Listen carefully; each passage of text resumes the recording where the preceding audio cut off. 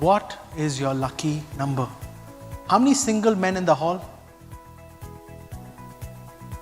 That's how you ask a girl out. What's your lucky number? So let's say, very simple, what's your lucky number? 8. He's so Chinese. Every time I meet Chinese, they tell me 888. I meet Hindus, they tell me 108. I meet Muslims, they tell me 786. Some people tell me 13 is unlucky. Some people tell me 9 is magic. What we realize is numbers are important in people's life, but the most important number in the world is 28,000. Because 28,000 is the average number of days a person lives, which is equal to 76.71 years. Let's assume it's approximately 80. Now, I like to break this 80 into 4 parts. 0 to 20, 20 to 40, 40 to 60, 60 to 80. 0 to 20, what do? Study, play, fool around. 20 to 40, we get our first job. We get our first car. We buy our first house. You get a first house before you get married, my friend. Because I heard that. First wife. No, I'm just kidding. We get married. You have kids. Am I correct? 40 to 60, you'll probably change your job or move up in your career. You'll get a second job. You'll probably get a second car. It's 20 years you're driving a piece of junk. You'll probably buy a second house as an investment. Second wife you cannot afford. But your kids are finishing their first part of life. 60 to 80, we hope to retire. Now, this part of my life is the most important. Why? Because there is no income. So we started with how many days? 28,000 days minus half. That's 14,000. So we all have 14,000 days to achieve all our dreams. Our kids' dreams, our parents' dreams, whatever dreams we have, we've got 14,000 days to achieve it. Now I'm going to ask a very rude question. Don't worry, I won't ask the women. How old are you? 28. All right, so you're here. That's finished. You only have that much time left. That's it.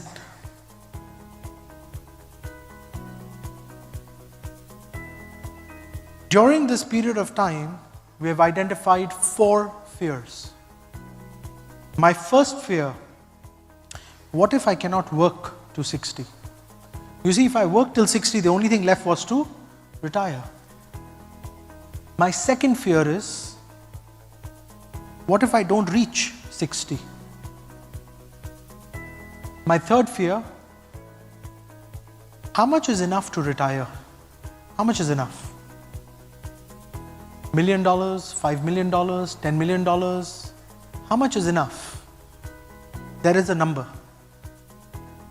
And my fourth fear is, can I make sure that my children start life with the right foundation? And the best foundation is a good education. Now, I've done this presentation in more than 50 countries. I haven't found a fifth fear. Well, not true. I met one guy who said, Sanjay, I have a fifth fear. I said, what fear do you have? He said, Sanjay, I am scared that when I grow old, I will be very lonely. So I told him, I said, uncle, by the way, anyone older than me is uncle, it's just simpler. I said, uncle, if you have money, no one will allow you to be lonely. No money, no honey. So truly, all you need is a lot of money. So we found out there are only 4 fears in the world. What's the first fear? What if I don't reach 60? Or what if I cannot work to 60? That's the first fear. What is the product that we use for that? Income protection, which some of you call critical illness. It's income protection. Our industry made a mistake.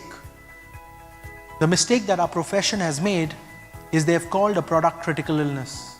So when you ask a client, Mr. Client, would you like to buy some critical illness? It doesn't really sound very good. You know, I asked a client once, because I was quite naive in the business many years ago. I asked a client, I said, Mr. Client, I think you should buy critical illness. He's like, which one are you selling? My wife already gave me a heart attack. That's when I realized the choice of words is horrible. So instead of calling the product critical illness, I started calling it income replacement. And then I had a client once who said, Sanjay, can I give you personal advice? I said, yeah. He's like, you know, when you say the word income replacement, I feel like you're replacing me.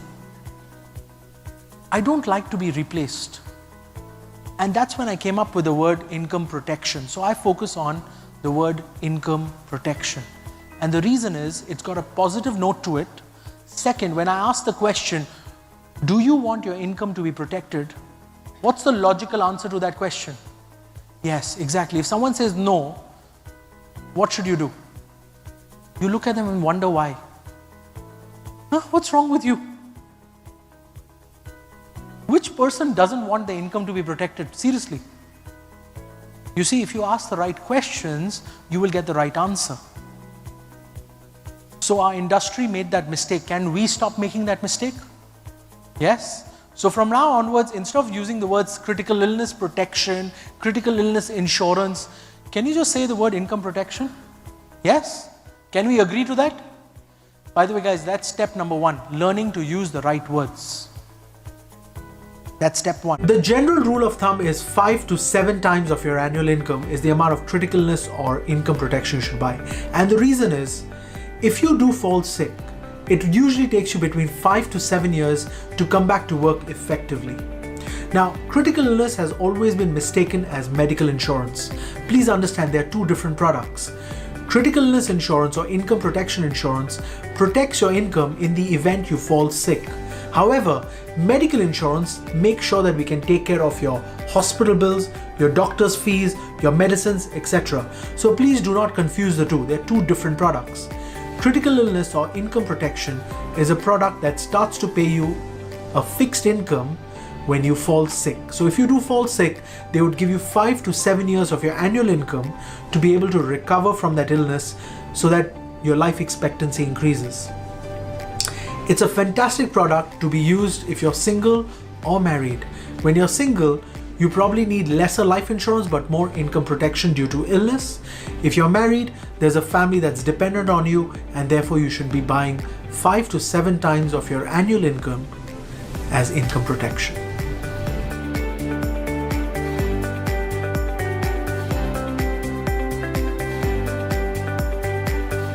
What's the second fear?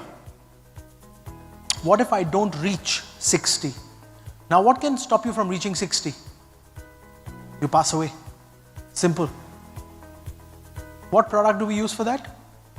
Life insurance. What is life insurance? Now, life insurance is actually a product that basically protects a family which has lost either a breadwinner or a loved one. And the purpose of buying life insurance is quite simple. It's about protecting income in case a person passes away. So let's say, for example, let's look at a family, a husband, wife, 2 children, where the husband's a breadwinner. If the husband passes away, the wife and the children need to still continue living their life. Now, there are 2 things that will happen. They have lost a loved one.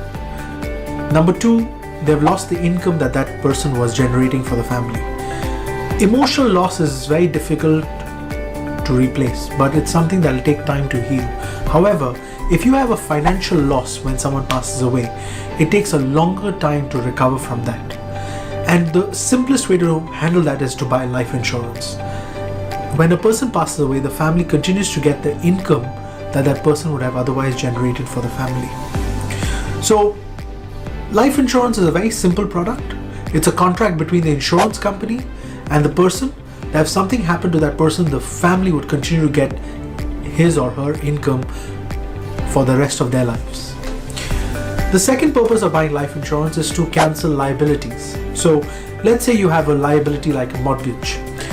Now, when a person passes away, the asset will either be taken over by the bank or the insurance company could cancel that mortgage payment.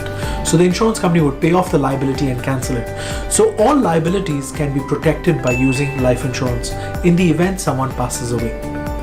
There are many different types of life insurance. So there are two primary types of life insurance. There is permanent and there is term.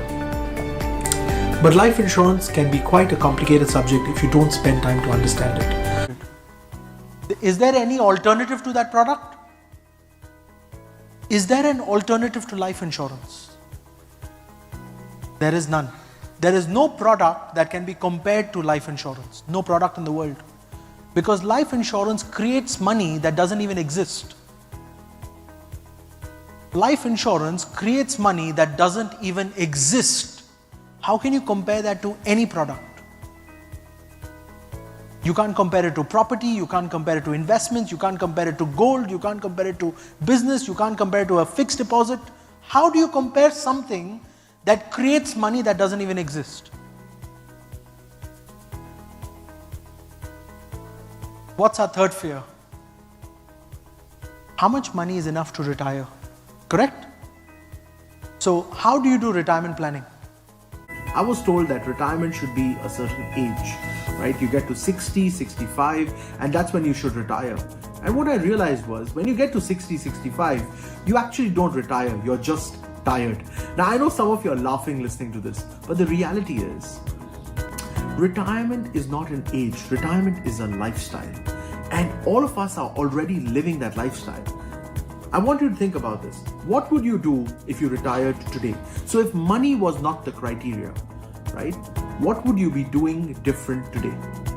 Some of you might say, I'll travel a little bit more, spend time with family and friends, eat out with friends, try new culinary food, pick up a hobby, go back to school, do some charitable work. That is something that we all want to do. So we want to build a lifestyle around what we call the concept of retirement. Probably one of the best ages to start retiring, I'm not saying to take on complete retirement, but to start retiring, start doing some of these activities is around the age of 35. And when I was doing my analysis, what I realized was between the age of 20 and 35, you're doing what we call a career find path. You're trying to figure out what your career should be. You're trying to figure out where your life should be going. But once you get to close to around the age of 35, you usually stabilize in a job or into a career that would become your lifelong career. Now, between the age of 35 and 75, you still have a lot of energy to try and do new things, experience the world, travel, meet people, experience hobbies, try on university degrees, and you still have the energy to try all of that. And then you reach the certain age of 75, maybe 80, where after which physically you cannot work and you want to take on what we call full retirement. So this duration between 35 and 75 is what I call the hybrid retirement phase. What's the formula for retirement planning?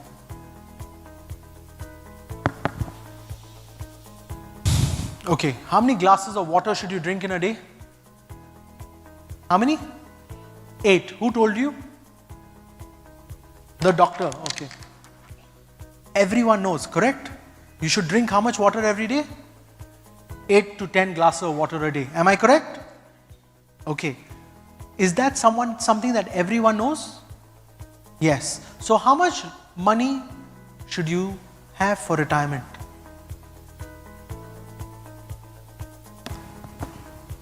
Why don't you have the answer to that question?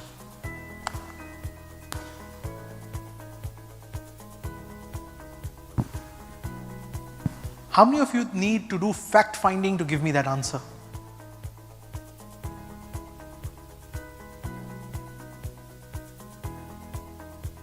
What's the formula, guys? Come on. 20% of whatever you earn, you save for retirement, period.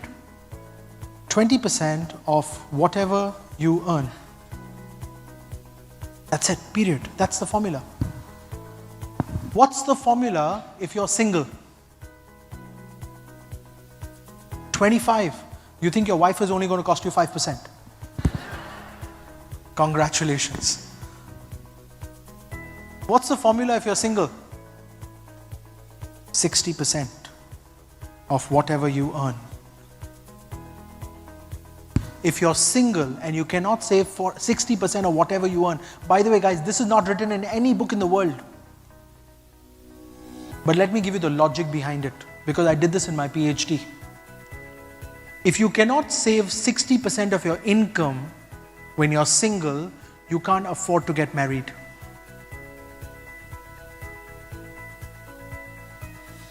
If you are a couple, no children, how much money should you be saving? 40% of whatever you earn. Otherwise, you can't afford to be parents. Do you see the simple logic to it? Every individual addition in your family will cost you 20% of your income. Ouch, I know the feeling. I know the feeling. Because every time I work with singles, they're like, hey bro, I can't get married. I said, I know. So let's start preparing for it. When you have the least responsibility, you should be saving more. When you have the maximum responsibility, you cannot save that much.